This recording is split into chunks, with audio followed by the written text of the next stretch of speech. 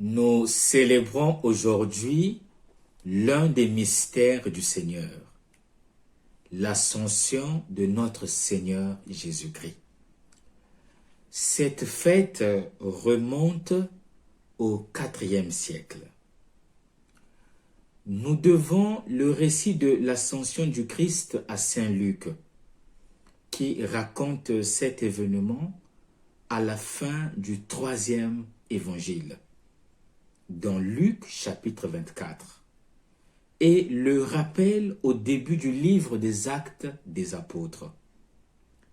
Saint Jean fait une allusion au fait qu'après sa résurrection, Jésus doit monter vers le Père. Jean 20, verset 17. Mais il ne raconte pas cette ascension. Saint Marc termine son évangile devant le tombeau vide. Et un éditeur après lui a mentionné l'ascension du Seigneur, probablement après avoir lu Luc. En effet, après la résurrection des morts, Jésus a passé 40 jours avec ses disciples. 40 n'indique pas un nombre mathématique. C'est plutôt le chiffre biblique de l'Exode. C'est le chiffre du séjour de Moïse au Sinaï, de la réécriture de la loi par Esdras. C'est le chiffre de la tentation de Jésus au désert. En un mot, c'est le chiffre de la durée symbolique d'une période complète vécue avec Dieu. Pendant 40 jours, les disciples ont passé un dialogue avec le ressuscité. Il leur est apparu à plusieurs reprises et de diverses manières, se montrant vivant, leur donnant de nombreuses preuves qu'il était bien le vivant. Au cours de cette période symbolique de 40 jours, Jésus a accompli 2 actions fondamentales. Premièrement, il a amené les disciples troublés et désorientés par le drame de la croix à la réalisation et à la conviction de la réalité objective et incontestable de sa résurrection d'entre les morts. Deuxièmement, pendant cette période idéale de 40 jours, Jésus continue à jouer le rôle de maître, expliquant-leur la réalité du royaume de Dieu. Pendant cette période qui va de la résurrection à l'ascension, Jésus a en quelque sorte synthétisé et approfondi l'annonce du royaume de Dieu. Le fruit de cette catéchèse menée par Jésus pendant 40 jours commencera à se réaliser pleinement dans le cœur des apôtres à partir de la Pentecôte. En effet, l'ascension que nous célébrons aujourd'hui réunit 2 moments décisifs de l'histoire du salut. L'action historique du Christ s'achève et débute le temps de l'Église, l'itinéraire terrestre de l'Église. C'est ce qui ressort de la première lecture dans le livre des Actes des Apôtres. Luc résume la période post-pascale et la conclut par le récit de l'ascension, à partir des versets 9 jusqu'au verset 11. Luc dit, à ces mots, sous leurs yeux, il s'éleva, et une nuée vint le soustraire à leur regard. À bien y regarder, Luc décrit l'ascension comme soustraction et attente du Seigneur. À partir du verset 9 du chapitre 1 du livre des Actes des Apôtres, le récit de l'ascension de Jésus se déroule en deux temps. D'une part, Luc parle d'une élévation de Jésus et d'autre part, d'une soustraction. Luc rapporte que sous leurs yeux, il s'éleva et une nuée vint le soustraire à leur regard. Nous sommes dans la sphère divine. La nuée est un signe transcendant, théophanique et messianique. Pour Luc, l'ascension est avant tout une soustraction. Jésus n'est plus à voir. La divinité est ainsi séparée de la visibilité et une nouvelle époque de l'histoire du salut s'ouvre. L'ascension de Jésus au ciel est proprement son retour vers le Père dans sa gloire. Avec l'incarnation, le Fils de Dieu était venu et a habité parmi nous. Avec l'incarnation, le Fils de Dieu était descendu du ciel.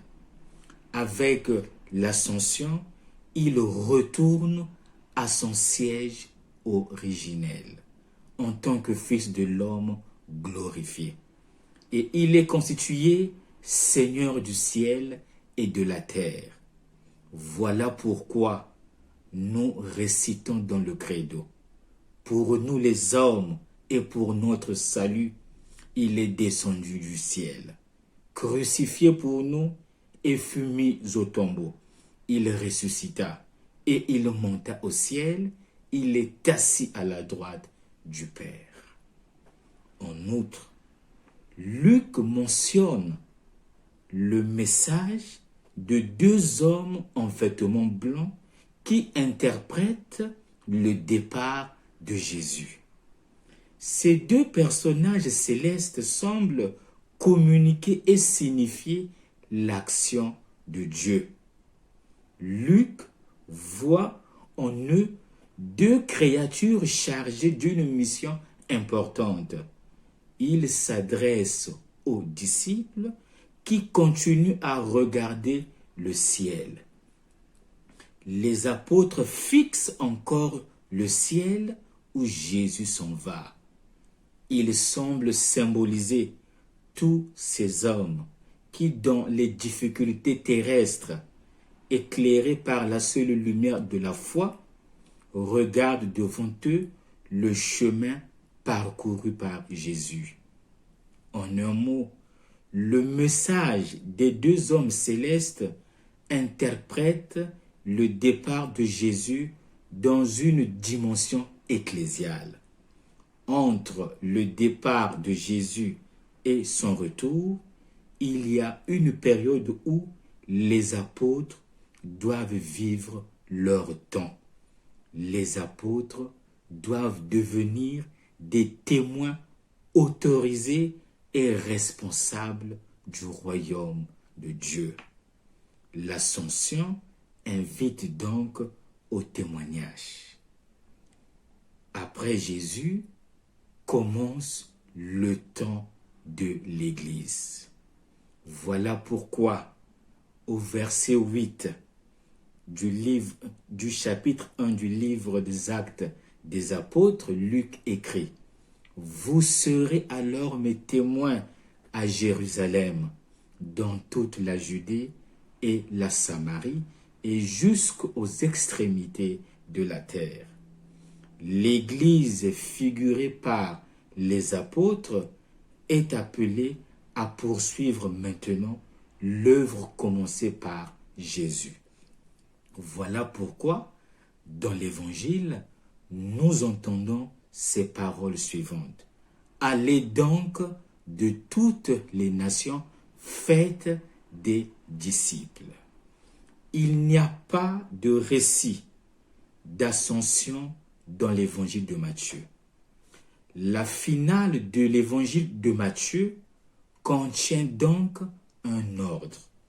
Allez donc de toutes les nations, faites des disciples, en les baptisant au nom du Père et du Fils et du Saint-Esprit. Jésus part, à nous d'agir. Allez donc de toutes les nations. Faites des disciples. Le mot « nation » indique les païens. Baptisez-les. Le verbe « baptiser » veut dire « immerger ». Il s'agit d'être plongé dans le nom. Le nom indique la réalité profonde de l'être. Le nom ici indique la réalité profonde du Père et du Fils et du Saint-Esprit. En d'autres termes, il s'agit de plonger les nouveaux disciples dans l'amour trinitaire. En d'autres termes, devenir disciple et se rapprocher du royaume du Père consiste à rejoindre ce mouvement d'abaissement du Fils depuis l'incarnation jusqu'à la croix. Et Jésus ajoute, enseignez-leur à garder tout ce que je vous ai commandé. Alors, quel est le sens du verbe commander? Jésus avait invité ses disciples à le suivre pour être pêcheurs d'hommes. Être pêcheur d'hommes signifie tirer des hommes des eaux pour qu'ils fassent l'expérience de l'amour de Dieu. Jésus indique maintenant comment devient-on pêcheur d'hommes. On devient pêcheur d'hommes en immergeant les nouveaux disciples dans l'esprit du Seigneur, dans la réalité profonde de l'amour divin. En un mot, la mission donnée par Jésus à ses apôtres vise à faire des disciples de toutes ces nations qui n'avaient pas accès au trésor de l'alliance de Dieu. Personne n'est donc exclu. Quel est l'enseignement à retenir? Avec l'ascension de Jésus, nous entrons dans l'espace de Dieu, parce qu'il est venu le premier dans l'espace de l'homme. Il ne peut y avoir de salut pour nous sans communion avec le Christ et nos frères et sœurs. Veillons donc à ne pas mériter la réprimande que les deux hommes célestes font aux apôtres, Jean de Galilée. Pourquoi restez-vous là à regarder vers le ciel? Le reproche n'est pas adressé aux disciples parce qu'ils lèvent les yeux vers le ciel, mais parce qu'ils restent immobiles. Il faut aller à la rencontre des autres. Il ne s'agit pas de rechercher théologiquement où le Christ est allé, mais il est essentiel de redécouvrir concrètement le visage du Christ dans les personnes en qui il continue d'être présent sur terre.